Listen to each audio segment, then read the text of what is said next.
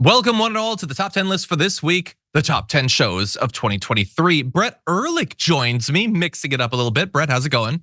It's going so good, John. I'm just happy to be near you, even if it's just virtual. It is unfortunately just virtual, but it's like award season. The Golden Globes happen and the Emmys and all that. And you suggested to dive into shows for your rare appearance on the top 10 list. And I always love talking about TV and movies. So thank you for that opportunity. I appreciate it. I thank you for the opportunity to be on here and share some time with the members. Hi. Let's do it. Thank you, members. By the way. So with that said, why don't you get us started with your number 5? All right, ladies and gentlemen, this is a tough list. 2023. Some of these things weren't eligibly nominated for the Emmys this year because they go summer to summer, like the old days when you'd go on hiatus in the summer, and that's when seasons were. But so if you missed some of those things, they weren't nominated this go around, but they're on my list. All right. Without further ado, my number 5 TV show of the year scripted is Andor. Okay. Andor, top 5 of the. This is an amazing thing. Essentially, they took the director of Michael Clayton and said, "You make a show, make a thriller of a show, and take all the things that people loved about Rogue One and Diego Luna, put them all together, and have just a really amazing heist-full show with suspense, amazing acting, and it's the kind of thing that you wouldn't expect. This is two steps removed from the main storyline of the big blockbuster movies. There is no Boba Fett in here. There is no Mandalorian in here. There's no Yoda. This is just a small player in a one-off movie, Rogue One, and giving you his backstory. But the amount of drama they were able to put together, the amount of storytelling, the amount of underdog pullitude, I haven't felt this intensely about the Resistance in a very long time, including the Force Awakens and whatnot. Which I did like those. I know that not everyone did. I didn't think that this would be on your list.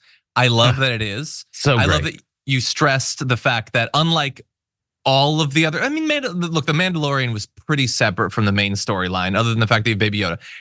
But the idea that it is just a guy doing things in this world, maybe that's what these shows should be. Maybe they shouldn't be tied to the storyline. Maybe that is a story that happened and it's cool, but we have a whole galaxy. Show me cool stuff happening in the galaxy. Yeah. That's how I feel. So anyway, good choice to get us started.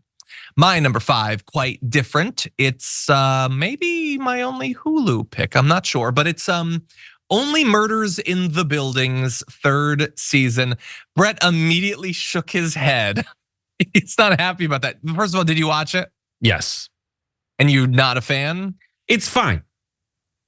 It's fine. My guess is you are liking what it stands for in terms of good old fashioned, that's a fun little time. Yes. And you love Martin Short. And you're like, oh, I always forget Selena Gomez, a good little actress. Yes.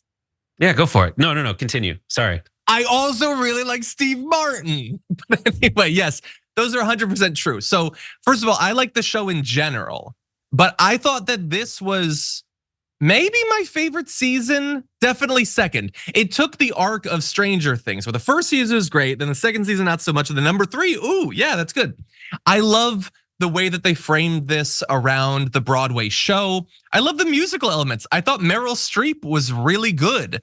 It's a very cozy show. I don't know what it is. Like I love Steve Martin and Martin Short and their interplay. And the fact that they have this weird trio with Selena Gomez is the most bizarre thing, but I just want like 10 seasons of it. I've literally never seen Selena Gomez in anything else in my life.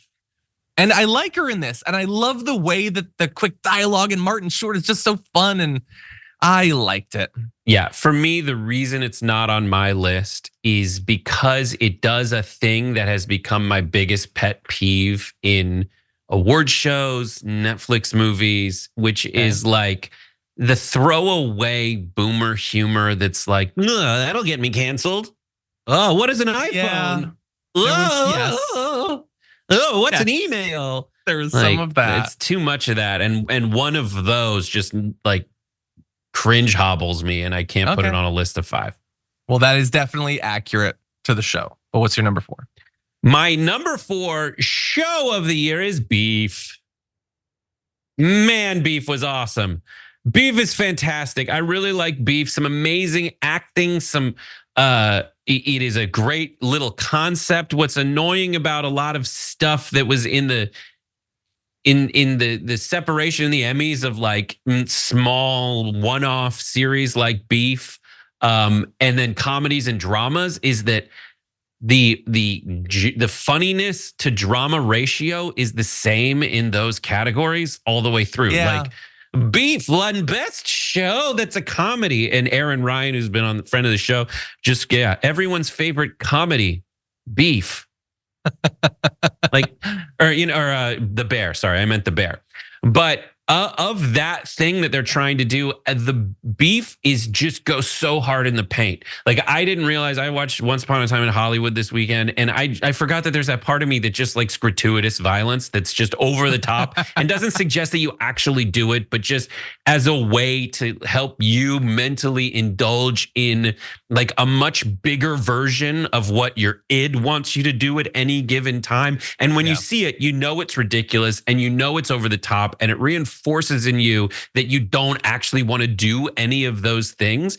But amid all this over the top intensity, it was still able to, in these comically violent scenarios, it found a heart, and it was able to accomplish all of that stuff because it was done so well, and it remembered to bring humanity to these people who are doing such inhumane things to each other, because we know that there's at least some thematic link to that in all of us. I like it. I like it. I agree with you about how every show is both a drama and a comedy now. Like The Bear. Thanks, Louie. The Bear has jokes. It's not a comedy. Nope. It like a show having jokes doesn't mean that that's the goal is to. I don't like that either. That said, I only saw the pilot of Beef. I do want to continue with it. There was that weird news about the main actors and their support for the guy who was on the show, and that just sort of soured it. So we got off of it. But I would like to see it. I've heard very good things about it. And I agree about gratuitous violence, and I had forgotten how gratuitous the violence was in Once Upon a Time in Hollywood. But anyway, good choice. My number 4 is a drama, I thought, but honestly, it's got some jokes, so maybe it's a comedy. It's Succession. After all, it's a very dramatic show, and yet Roman makes a lot of quips, so I guess it's a chuckle fest. But anyway, Succession's final season. I had issues with the season in a variety of ways. I've never loved the storyline with the tech billionaire. I did not like a lot of that, but there were great episodes in this season.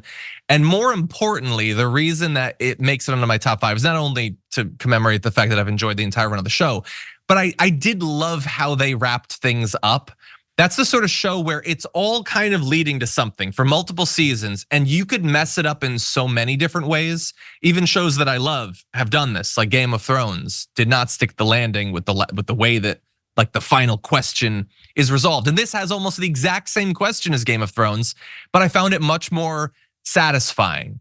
And it was a show that was like sort of bittersweet in some areas and really funny in other areas. And I didn't always love its vibe, but it was a very singular show. I think there's gonna be a lot of bad attempts to do it. There probably already are. And I think they're gonna fail because it's its own specific thing. And you needed that cast and those writers and those creators. And so it wasn't my favorite season of Succession, but it was a good season in a great show.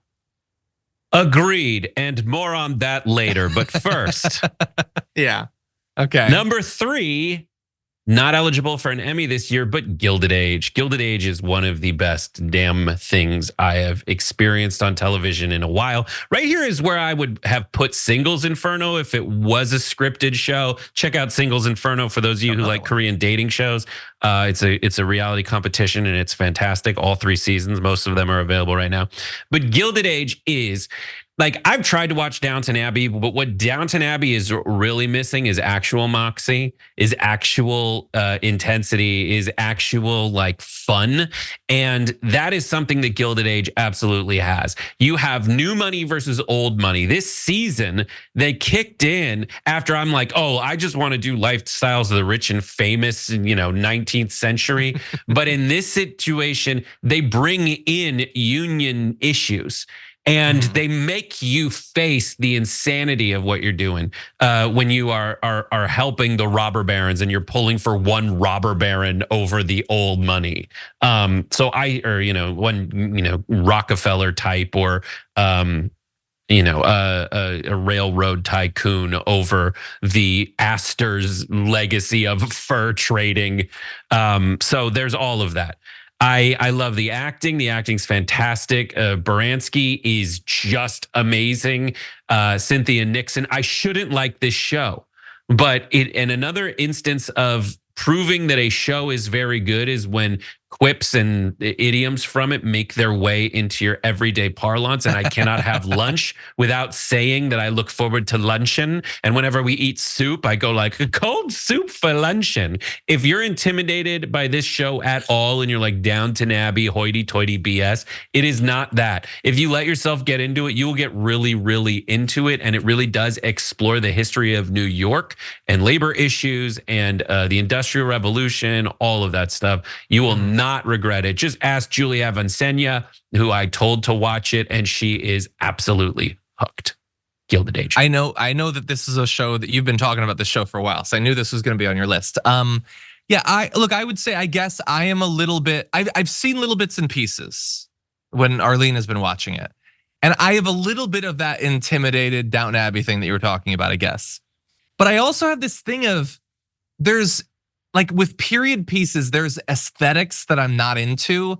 And that is like smack dab in an aesthetic that I don't like. I don't like the gray of it and the fashion of it. And I don't know, like I know that's a shallow reason to not watch a show, but I just like I don't watch Peaky Blinders. Like I don't like all of those, like I understand they're very different shows, but I'm saying that like gray and brown aesthetic and it's very, I just don't love it. I don't know. I get it. I totally get it. I have tons of shows I don't watch because I can't explain why. And it's vaguely something like that. It's like, I don't know, I just never came back.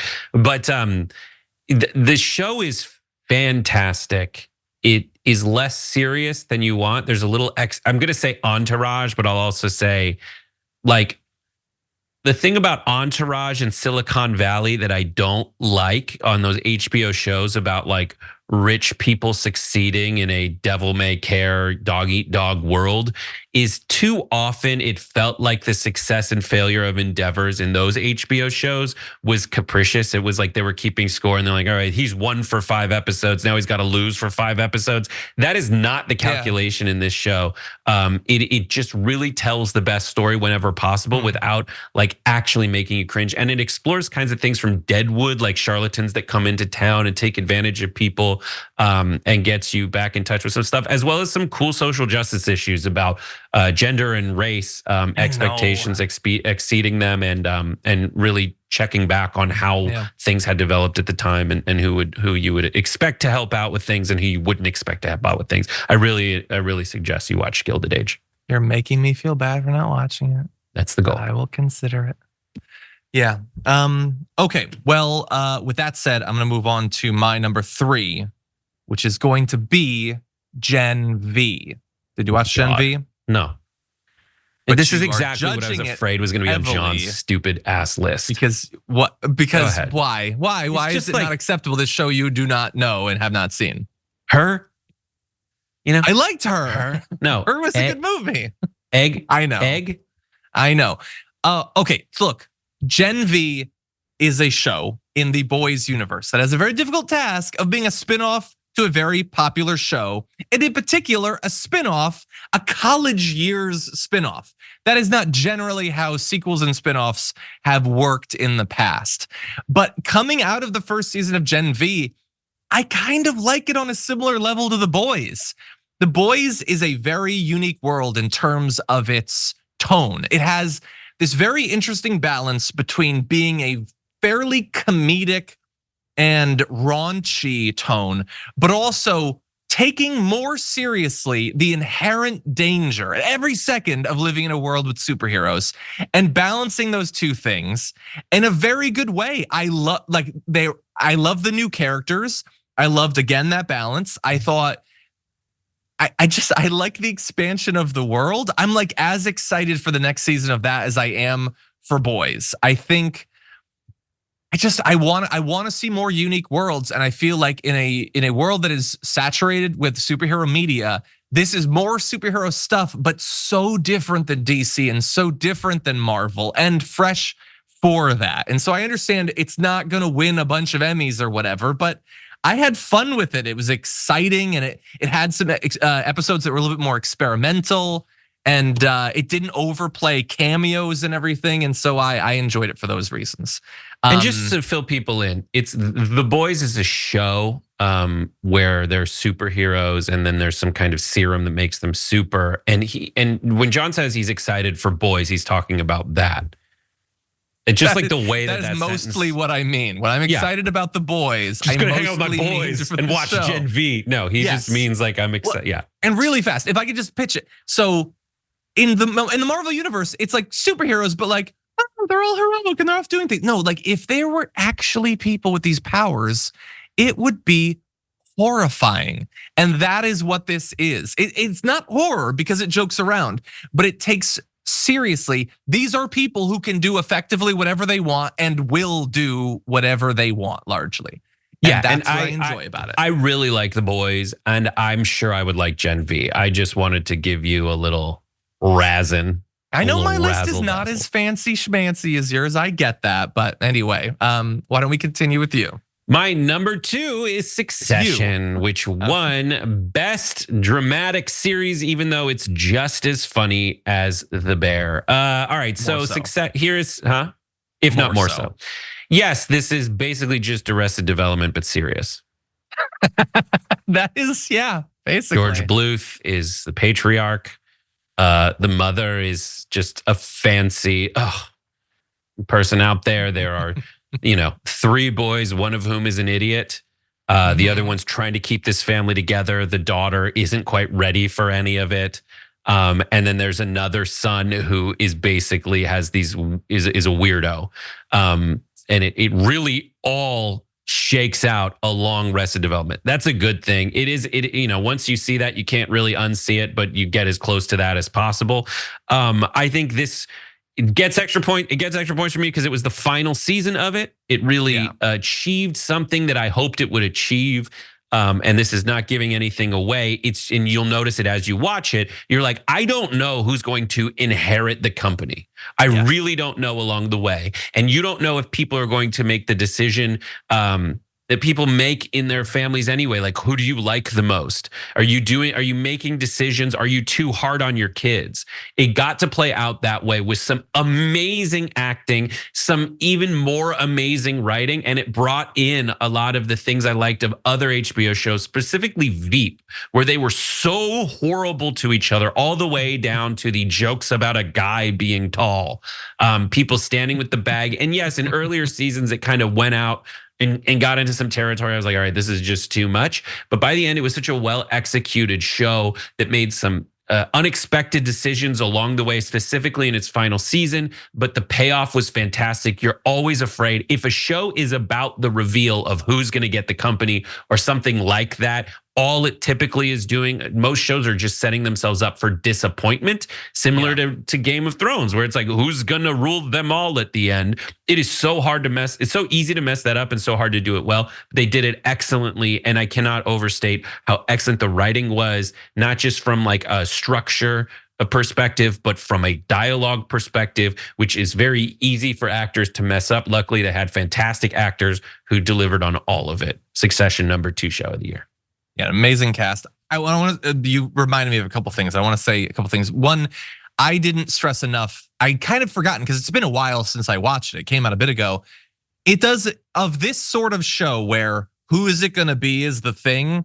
It does a way better job than I think anything else of making it so that almost anyone could be the guy or the girl in the end. You really don't know. Yeah. And what I also, the experience of watching the show that I enjoyed so much was, usually in a show like this, who's your favorite is a thing that's relatively consistent.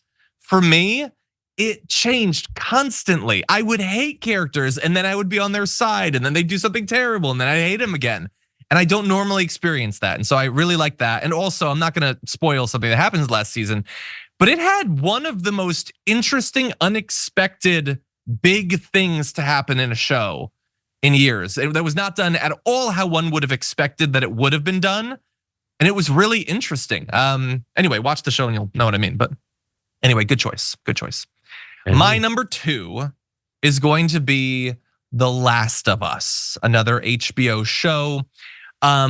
The Last of Us is a show that I had a lot of expectations for because I have played and enjoyed the games for a number of years and enjoyed them not just as games, but for their stories. So I already sort of had an idea of how it could be translated into a show. They're very cinematic, very character driven experiences, both the first game and the second game. That said, they took some interesting paths in that they brought in Pedro Pascal to kind of do the Mandalorian again a little bit, but the character is different. And I initially was not buying Bella Ramsey, but she won me over as Elle in that role. And they did some experiments along the way. They decided to diverge from the video game storyline in ways that I think were more optimized for TV and also gave people who were already familiar with the story something to enjoy. The third episode in particular, which is effectively kind of a solo movie set in the post-apocalypse, was amazing. Like, I teared up from an episode of The Last of Us, and I had no idea going into it what it was gonna be like. And every 15 minutes, it was something different, and it was a great experience. I think that they did a great job of selling the world. I think there were a number of ways that they changed the story from the game, and you can do that the wrong way. I know a lot of people are mad at the Wheel of Time for the way that they've diverged from the base material.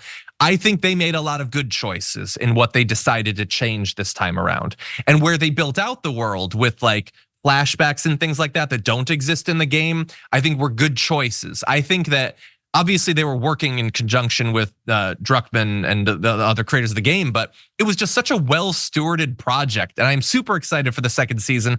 Again, there's a casting decision that I'm really not sure about, but they've done a good job so far. So I'm gonna enter into it with an open mind, but that's my number 2, The Last of Us. Well, that's a great segue into my number 1 show of the year, The Last of Us. What? I'm gonna rewatch. Craig, really? More like Craig Amazing. Yeah, he makes me angry with how talented he is. Because how? Craig Mazin is the writer, director, producer of The Last of Us, Chernobyl, Hangover 2, Hangover 3. He's not director, but he wrote Hangover 2 and Hangover 3. Yeah. He wrote Scary Movie 4. What? How do you go from that to Chernobyl and Last of Us? What? Identity Thief? What's happening? But okay, so this is one of the greatest episodes of television ever made in the history of television. Episode 3 of season 1 of The Last of Us, long time. It's Murray from, it's Ron Swanson and Murray from White Lotus. Mm-hmm. And to have the apocalypse happen and have these giant horde of zombie scenes happen in the rest of the series. There are nighttime sieges where you don't show too much. It's not Walking Dead, which was the biggest, turned into a giant festering turd. Really more of a meta way of reinforcing how horrible it would be to have a zombie apocalypse that never ends. He was able to so artfully create tiny, tender moments among the chaos. And it's about the survivors, not the dead.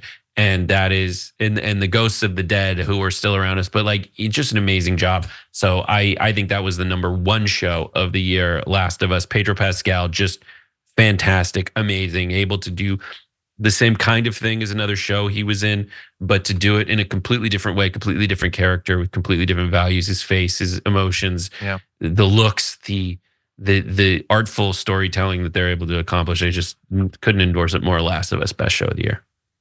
Yeah, and I just want to briefly mention, like they had the flashback to like as the apocalypse is happening, and the actress who plays his daughter, she only gets this little bit of time and does such an amazing job. Sandy and then Newton's they have the flashback in the mall. Yeah. And you only have this little bit of time with that other actor, and they just do such an amazing job. Like I don't know how they have this like shortcut to beautiful, deep moments that they just nailed. And yeah, I really enjoyed it. And I'm even more looking forward to the second season because I think that the story of the first season is very good.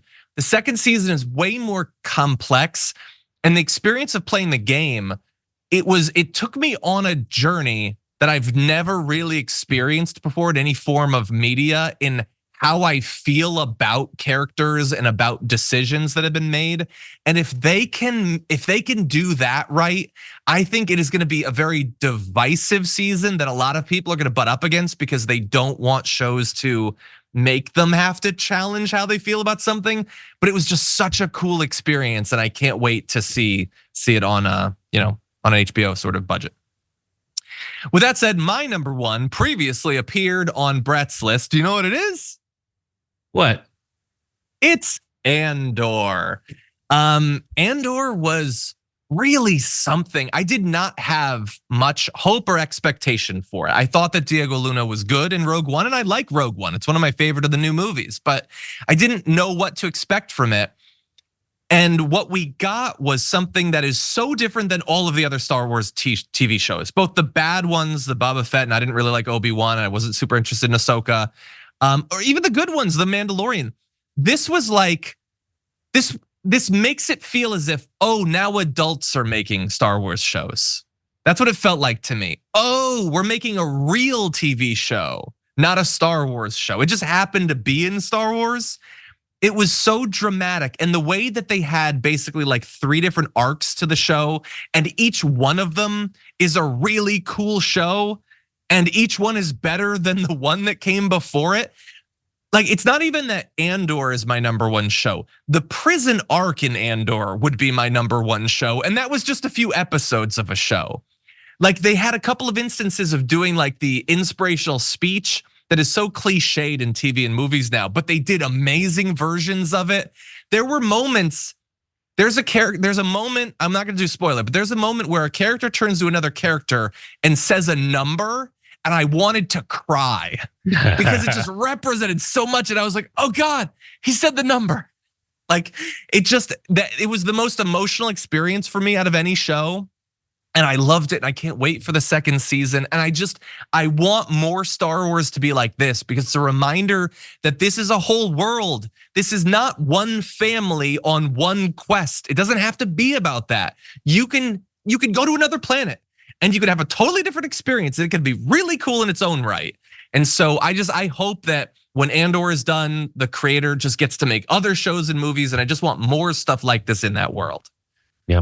Good choices. Tony Gilroy, who I mentioned earlier, not only directed Michael Clayton and wrote The Bourne Identity, Bourne Supremacy, Bourne Ultimatum, also The Devil's Advocate.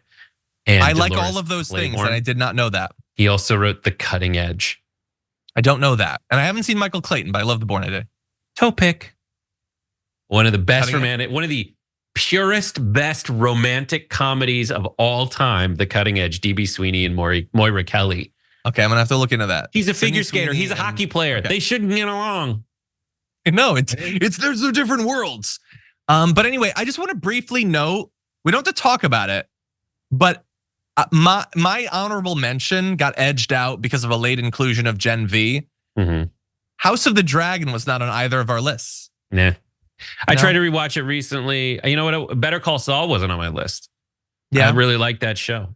And Bear wasn't on any of our lists because the second season was just like whatever. Io Edaberry deserves all the acclaim she's getting. So does the other actor, but it's just like I'll watch season 1, which is what was nominated due to the season's last. But honorable mentions all. I like it, but I also feel like I'm a bit turned off by how much everyone on the internet has lost their mind about it a little bit. I liked it perfectly fine. I went for things that gave me particular emotional experiences, basically. But anyway, okay, well, thank you, Brett, for joining us for a top 10 list. Doesn't happen often. We should do it more often. And thank you everyone out there for making this extra content possible. We do appreciate that, and we'll see you in the next one.